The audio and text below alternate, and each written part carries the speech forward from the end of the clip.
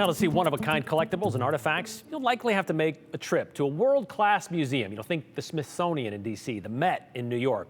What about the Idaho History Museum in downtown Boise? That's pretty good. How about the Spirit of Flight in Nampa, though? Not in North Carolina, the first in flight. Not in Ohio, the birthplace of aviation, but Nampa, Idaho.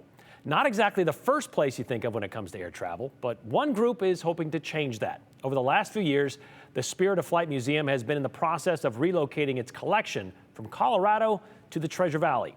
And they have their sights set on a new pair of wings, well, that could use a little lift to make it happen.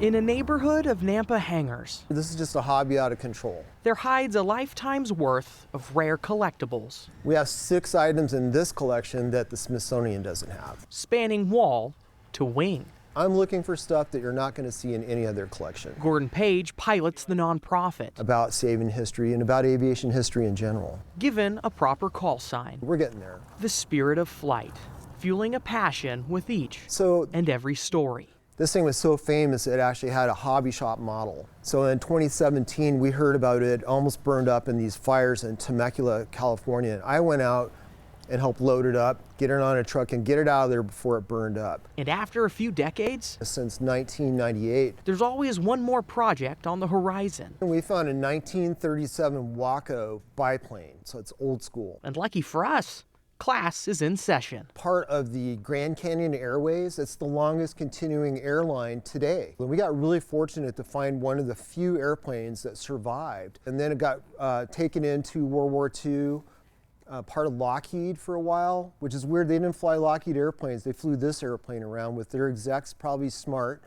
So the bad guys didn't know if there was somebody that is in a Lockheed airplane that's important, they're flying a Waco. But I do know that the president at the time of TWA Airlines flew on this airplane that we're getting. And years later, a friend of mine had it and was done with it, and it's something that I wanted. I bugged him for many years to get this plane. Well, he's got it, kinda. So there's a cost to it. It charges a premium in time and labor. But we know what we're doing. We've done this a whole bunch of times. Time and time again, trucking planes all across the West. I've done 50 of these moves back and forth, and for me, it's just a Tetris game. But still, Page is under a pay-to-play platform. It's always about money. The shipping costs for his latest edition will run thousands of dollars. As soon as we get it here, I think we could have it in the air in a year to 18 months. Time, money, and labor. I love everything about this. But whoever said time flies when you're having fun never made their way into this hangar, Right here in Idaho. where flying is the fun that turns back the clock. And it sparks that or ignites your spirit of flight inside so that you're going to learn and want to learn more. That is our mission.